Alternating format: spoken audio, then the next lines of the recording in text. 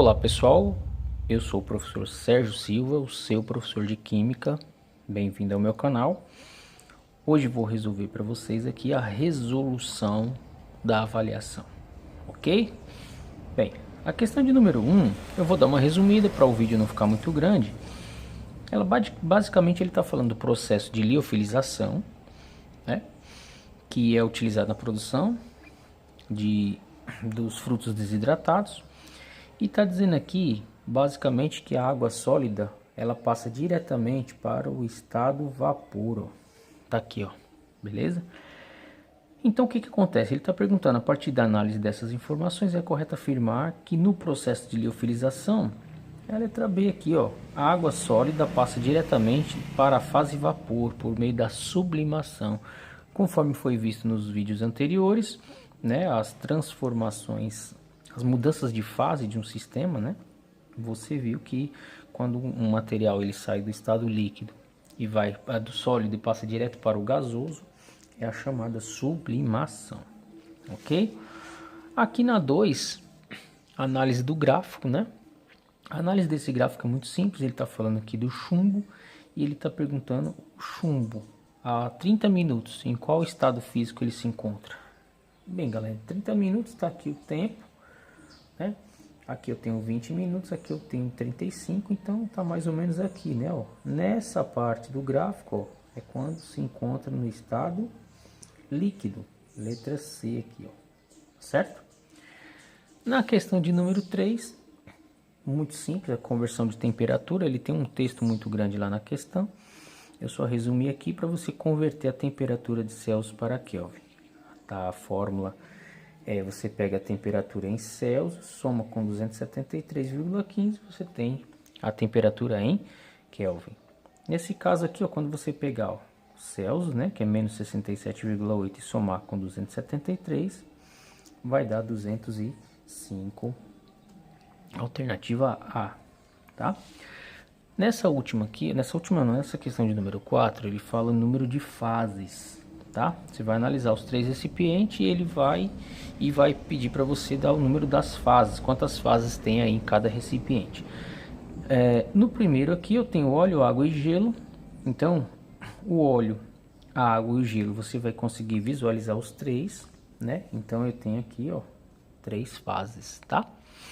Na segunda eu tenho água gaseificada e gelo. Água gaseificada, galera, você vai ver as bolinhas do gás aqui preso na água. Então você vai ver a água, você vai ver o gás e você vai ver o gelo. Então eu tenho aqui 3 fases. No terceiro recipiente, eu tenho aqui o óleo, que você está vendo, o gelo, a água salgada, ou seja, o sal está dissolvido na água, então você não está vendo, faz apenas uma fase. E o granito, só que o granito por si só, ele é composto de 3 fases, ó, que é a mica, o quartzo e o feldespato, ok? Então só o granito ele tem 3 fases, então 4 com da água, 5 com do gelo, 6 com do óleo, então é a letra E, ok? Aqui, ó, é uma questão que fala sobre densidade, eu já resolvi para a gente ganhar tempo, né? Está dizendo, uma solução foi preparada misturando-se 30 gramas de um sal, olha só, 30 gramas de um sal e mais 300 gramas de água. Então as massas são a somatória das massas, a massa total. A massa do soluto mais a massa do solvente aqui, ó. Nesse caso você vai estranhar porque a água está em gramas e não em ml. Na química, quando a gente vai falar em soluções, se você colocar a água em ml, ela altera o volume em ml de acordo com a temperatura e a pressão. Então nesse caso aqui a água é medida em gramas, tá? Então eu tenho aqui, ó, a massa do soluto mais a massa do solvente, 300 gramas, 330 o total, dividido pelo volume da solução, que é 300 ml, né? A fórmula da densidade, né? Aqui a densidade é a massa sobre o volume, tá? Então eu tenho aqui a massa total, né, que é o somatório das duas, 330 dividido pelo volume da solução. Quando eu faço a conta aqui, dá 1,1 gramas por ml, né? letra D aqui, tá?